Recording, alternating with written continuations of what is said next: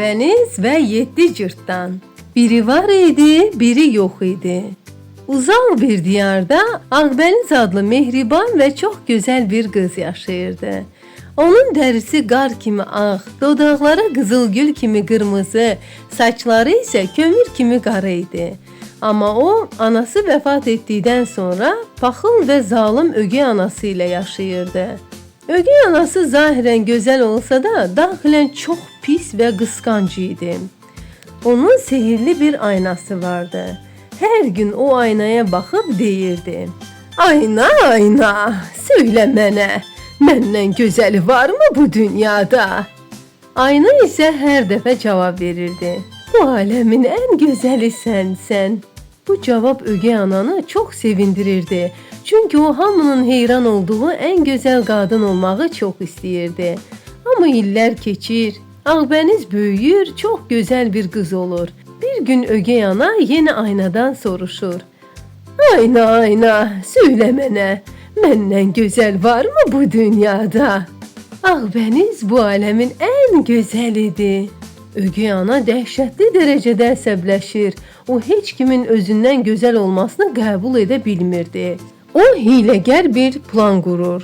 Sarayda güvəndiyi bir ovçunu yanına çağırıb əmr edir: "Ağbənizi meşənin dərinliklərinə apar və geri gətirmə." Ovçu Ağbənizi meşəyə aparır.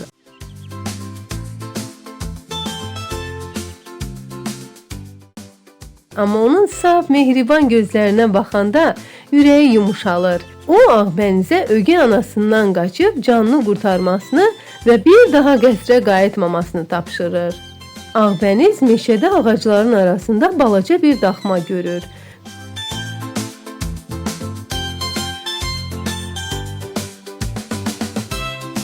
Qapını yavaşca döyür. Heç kəs cavab vermir. İçəri keçir və görür ki, 7 kiçik stul, 7 balaca kasa və 7 balaca çarpayı var. Ac olan Ağbəniz yemək yeyir. Yorğun olduğu üçün çarpayıya uzanıb yuxuya gedir. Axşam evin sahibləri, mədəndə işləyən 7 cırtdan evə qayıdırlar. Onlar evdə dəyişikliyi hiss edirlər. Yatan qızı görəndə isə təəccüblənirlər. "Bu qız kimdir?" dedi biri. "Çox yorğun görünür." söylədi digəri. "Gəlin qorxutmayaq, qoy yatsın." deyə aralarında danışdılar. Ağbəniz oyanıb qorxdu, amma cırtdanlar çox mehriban idilər. O başına gələnləri onlara danışdı. Cırtdanlar diqqətlə dinlədilər.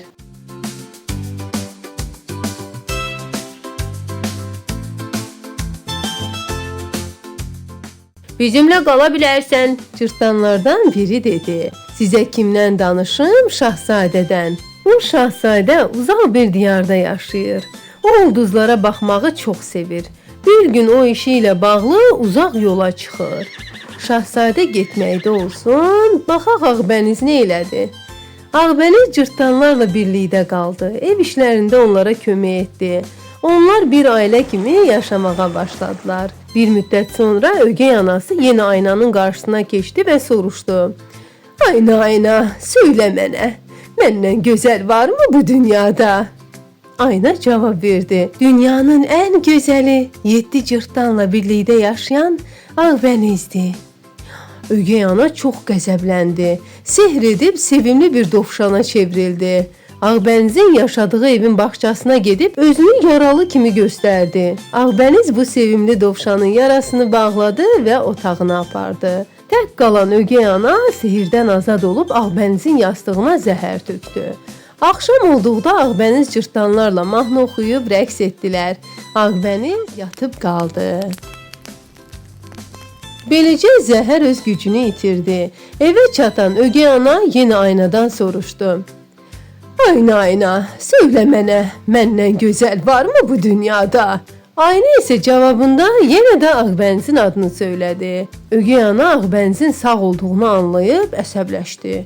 Ağbəniz isə cırtdanları işə yola salıb ev işləri ilə məşğul olarkən birdən qapı döyüldü. Qapıda bir qarı dayanıb, əlində də alma.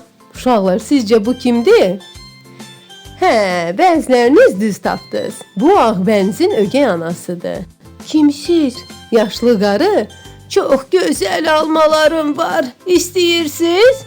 Deyə soruşur. Cırtdanlar Ağbənizə tanımadığın birinə qapını açma deyə tapşırsalar da, o qapını açır. Yaşlı qadının uzatdığı almanı alır və dişləyir.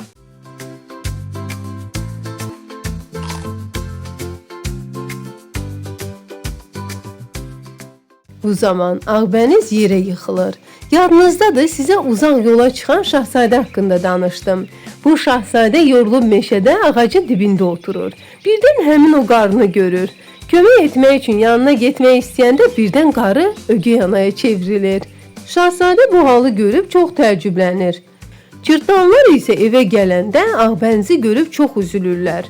Ağbənizi şəffaf şüşədən hazırlanan yatağa uzadıb qayığa qoyurlar. Sonra da çaya buraxırlar. Meşədə gəzən şahzadə çayda Ağbənizi görüb tez qayığa hoppanır. Üzgün şəkildə Ağbənizə baxıb cibindən çıxartdığı boyunbağını onun boynuna taxır. Budur, sehr pozuldu. Ağbəniz özünə gəlir. Onlar kralın yanına gedib hər şeyi ona danışırlar. Ögey ana saraydan qovulur. Ağbəniz və şahzadənin toyu olur. Nağıl burada bitdimi? Yox. Sizcə saraydan qovulan ögey ana sakit dayanacaq? Xeyr, o Ağbənizdən qisas almaq üçün yeni planlar qurur. Əgər maraqlıdırsa, gələn həftəni gözləyin. Uşaqlar, bu nağıldan hansı nəticəni çıxardıq?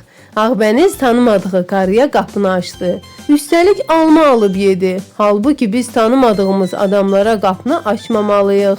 Onlardan heç nə alıb yeməməliyik. Özünüzə yaxşı baxın dostlar. Hələlik.